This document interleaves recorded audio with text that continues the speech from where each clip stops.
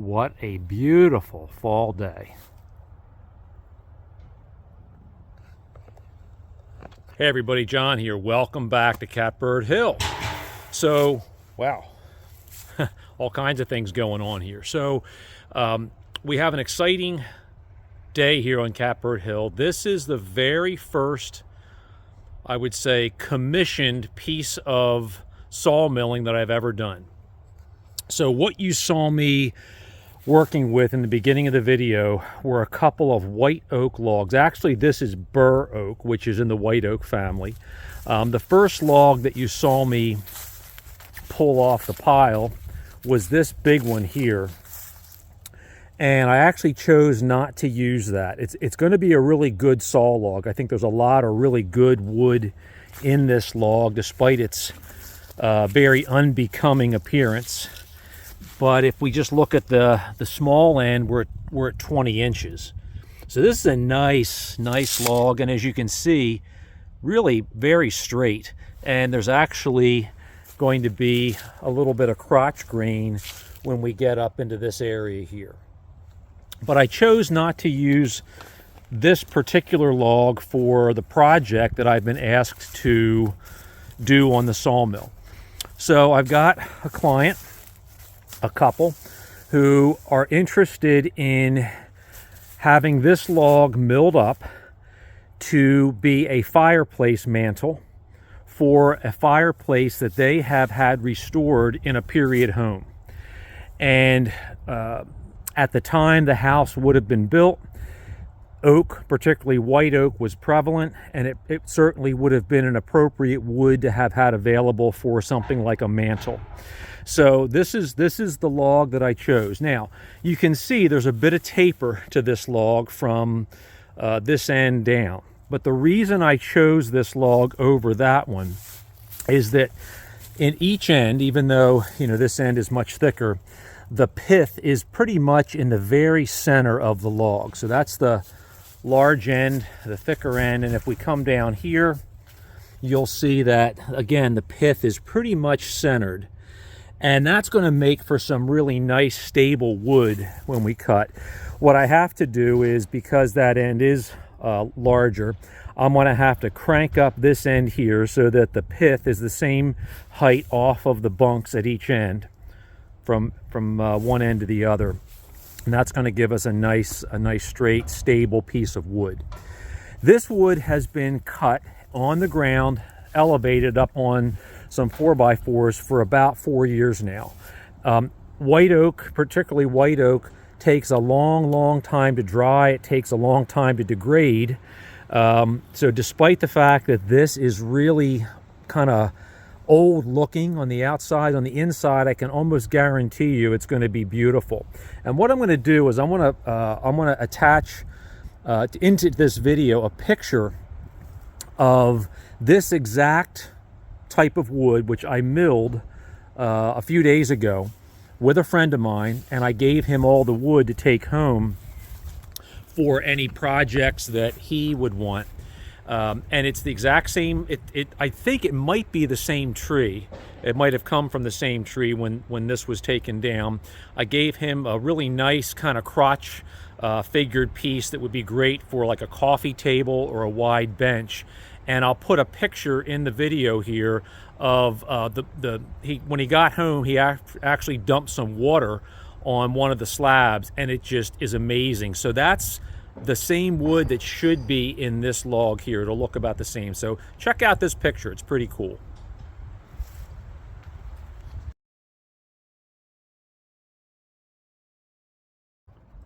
Okay, so we're about ready to go here. What I've done is, using our toe board, I've elevated this end of the log, which is the narrower end, up so that the pith at this point is exactly the same height from the deck of the sawmill as the pith on this end of the log. So when we take this top slab off, we know that that is, you know, a perfectly flat kind of true side, which then I'll flip 180, do the same thing on the other side, and then we can begin to work on deciding how we want to cut this. The design of the mantle, as I understand it, is ultimately they want it to be basically 8 inches wide by about 4 inches thick. I'm going to oversize it a little bit. I'm probably going to do 8.5 by 4.5, just to allow for some drying and also some finishing. They've indicated they'd like to keep it rustic. They may want to save some of the saw marks on the saw blade marks on there. We'll see what it looks like. But let's open her up and see what happens.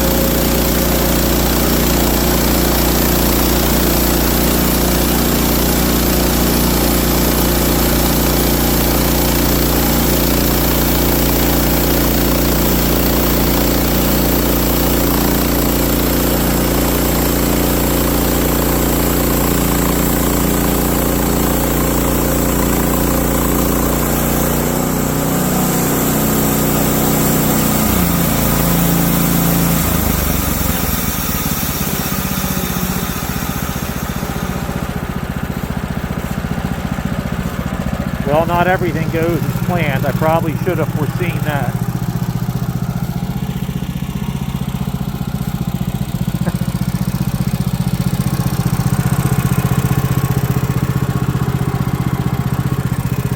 Just a little bit too wide down at this end. So what I'm going to have to do is unclamp it, slide it over just a little bit, block this end so it doesn't move, and then finish the cut. The best laid plans, huh?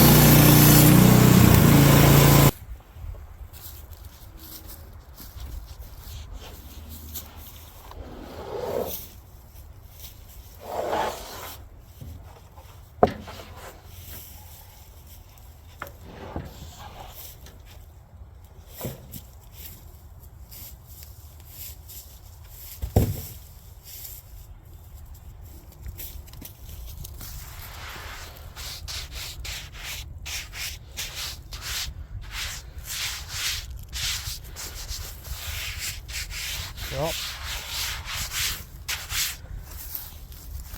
we had that little snafu, and that resulted in just a little roughness here. But again, you know, this is probably not going to be the, you know, the finished mantle. I'm probably going to take another slab off of here because I do have so much wood. But that is really very pretty grain, particularly if you're looking at something like a mantle, which is going to be, you know, very, very visible.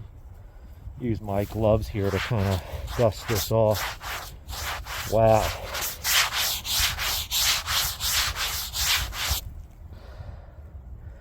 Not bad.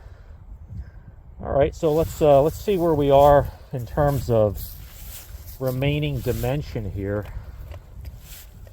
Let's check it out. So I still have 13 inches by 10.5. So, you know, just based on the fact that I'll be taking another slice this way, I think our 8-inch dimension is going to be in this orientation, and then the 4-inch will be this way. Let's see if we do 2 inches. Yeah, if I do 4.5 inches thick, which is what I was going for, that would be 2 3/4, which is right there. I've got the 2 3/4 mark on the pith, so I definitely have enough room, enough space to do like a 1-inch slab off of here, which I think I'm going to go ahead and do that now, and then I'll do the flip, because I still have the proper distance from the sawmill deck to that pith on both sides. So I might as well take advantage of that while it's clamped in, take 1 inch off of here. Okay, change of plans. The more I thought about it, the more my curiosity began to get the better of me, and I really would love to see what the bottom side of the log looks like before I start slabbing off sections. So we'll flip it 180.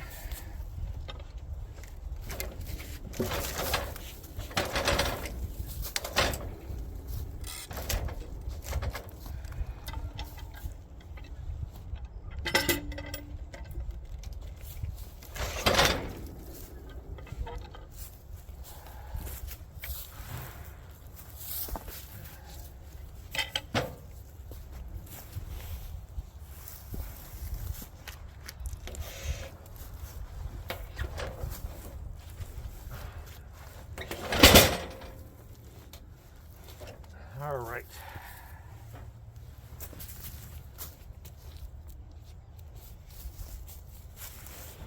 One of the things I wanted to show was what happens, what I should have done on the first cut, to avoid the situation where, you've got a very wide end of the log here, and the sawmill blade guide, obviously you saw began to run into it. So over the years, I've just collected odd pieces that I've sort of made into different wedges and different size blocks to basically act as a spacer, so I can push the log against this, keep it 3 inches or so away from the log post there, and that gives me plenty of clearance down at this end. Definitely should have done it on the first cut, but I always forget something.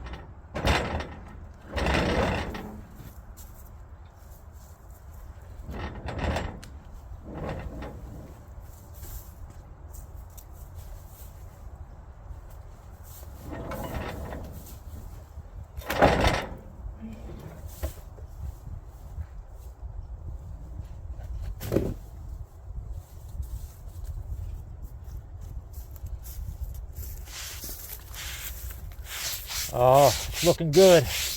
I'm really glad I waited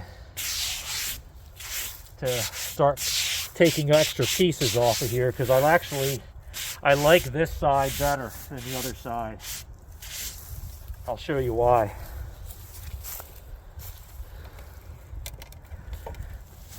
This side definitely has a little more interest in terms of the knots here that are embedded, some different waves here. I think this is probably the better side. All right, let's take the other two sides off.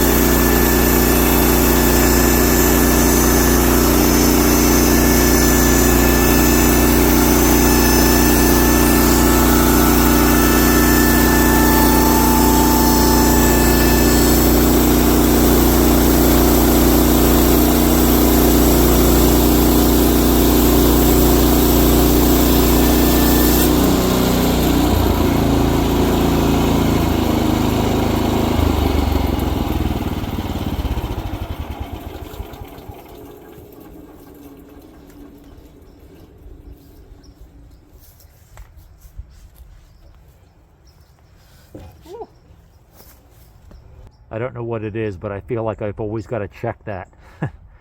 That's not bad for rough sawn lumber.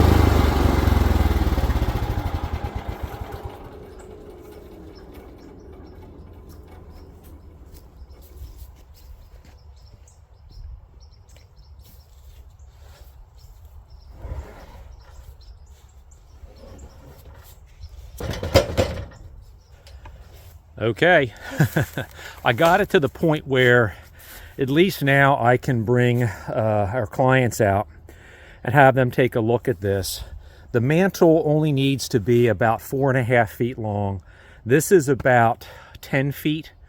So what I want to do is let them take a look at it, maybe decide which end has the most appealing look to them, and then we'll sort of mill it down to the final dimensions. I am going to change the blade on the Woodland Mills. It was getting a little slow at the end there, a little too much chatter. And again, white oak, dried white oak, relatively dry, is really tough. And I cut a fair amount of it on Sunday with my friend John. So this blade is probably about ready to be retired and sharpened. But you know, overall, still, that's a pretty nice cut. And I think what we ended up with, it's getting a little dark, you won't be able to see my tape measure, but what we ended up with was basically about 9 by 9 inches here on this oak beam, which is great because what I'll be able to do is, as I'd mentioned before, get some probably inch thick pieces off of there that I can use. And obviously not this whole beam is not going to be utilized. So good day. Just not enough of it. I love this time of the year because it's just absolutely perfect weather, you know, for being outside, but the days are just really short. So stay tuned. What we're going to do is jump back on here tomorrow, and we'll probably go ahead and get the selection from the clients as to what part of the beam they want for their mantle, and then I'm going to go ahead and mill it down into final dimensions for them, and then they can take it. So thanks so much for watching today. Stay tuned. We're going to kick in tomorrow, and you know, with a little more sunlight, and we'll finish the job.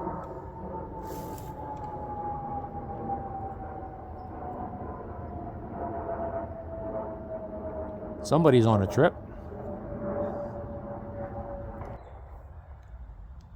All right, we're back. It's the next day. I think we've got enough sunshine to finish out the day here on this project. So what I did after yesterday's video ended and we ran out of daylight, today I came out and I brought that beam down to sort of the general final thickness. It's going to obviously need to be dried and then finished, and you know, however the client wants to have it finished in terms of maybe a rough look or a smooth look. You know, we'll figure that out a little bit later, but I've got it down to the rough dimensions of basically about 8.5 inches wide, a little over 4 inches thick.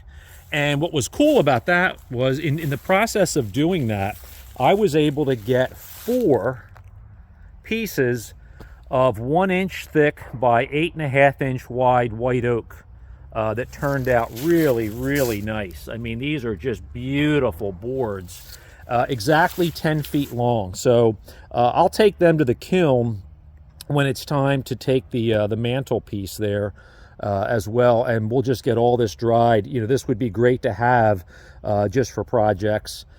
It's just beautiful, beautiful wood. So we also have some other great news. The client who has commissioned this piece is here to check it out.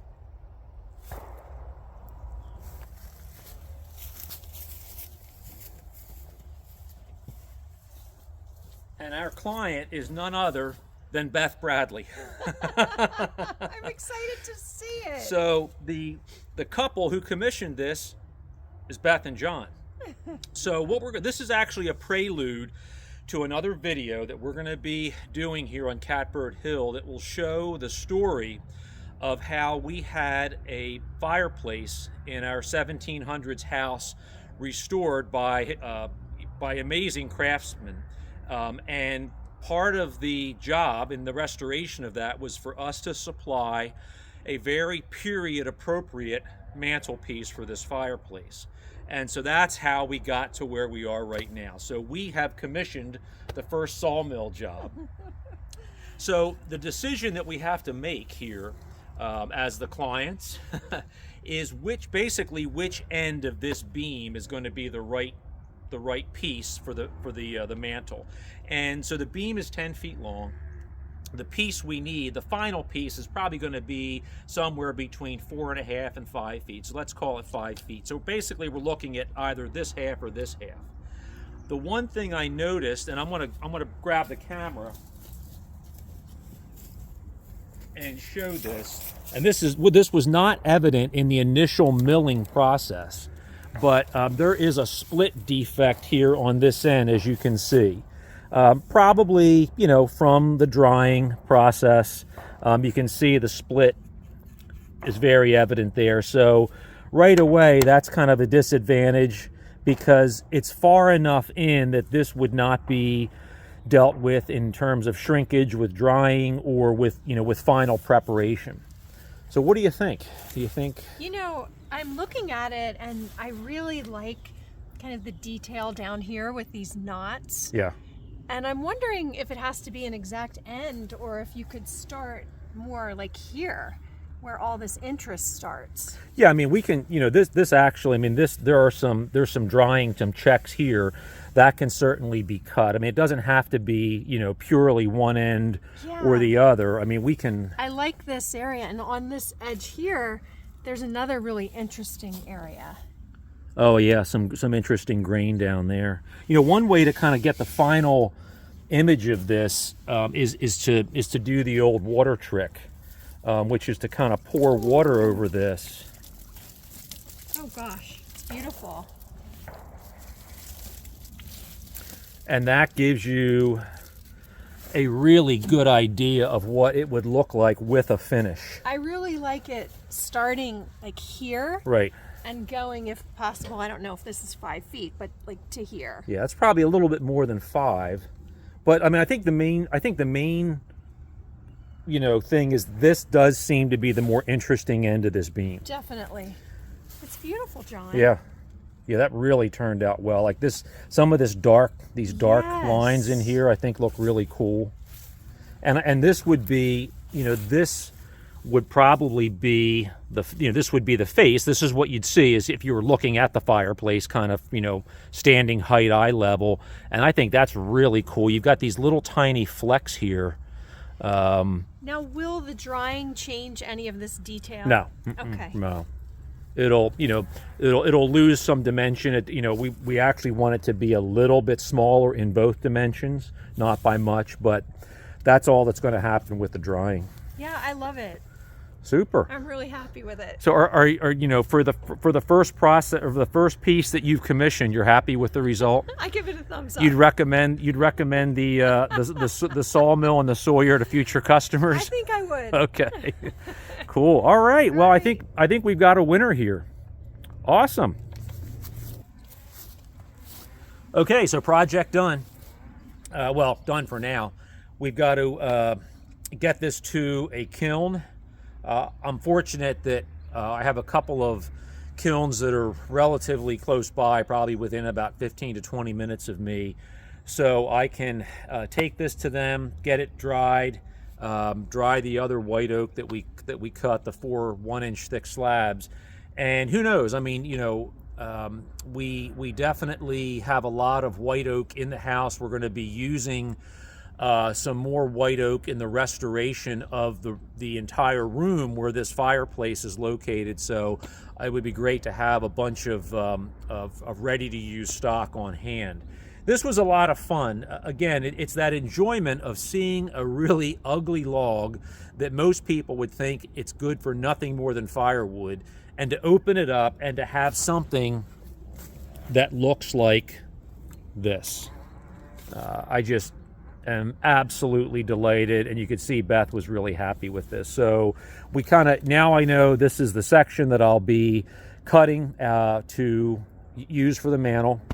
And what I'll do is with the remaining piece that's not used, which is really this one down here, what I'm probably going to do is I probably don't want to get much closer to the pith. That's in the center, but I probably can take a couple of 1-inch thick boards off of at least this end, and, you know, maybe see what I can salvage out of this side, just to have some sort of like 1x4s. That would be really cool to be able to use that. And then I've got a nice, what'll be left over is basically a 4x4-inch post that could be used for the leg of a piece of furniture or a bench or something. Hey, thanks so much for watching, and please leave some comments. I try to do my very best in this video to stimulate conversation by wearing a steel hat and a Husqvarna sweatshirt. Hopefully kicking off some heated conversation and comments from the brand loyal people. But please leave comments. We have a lot of people who view our videos. I always want to see more comments. Until next time, John here from Catbird Hill. Take care.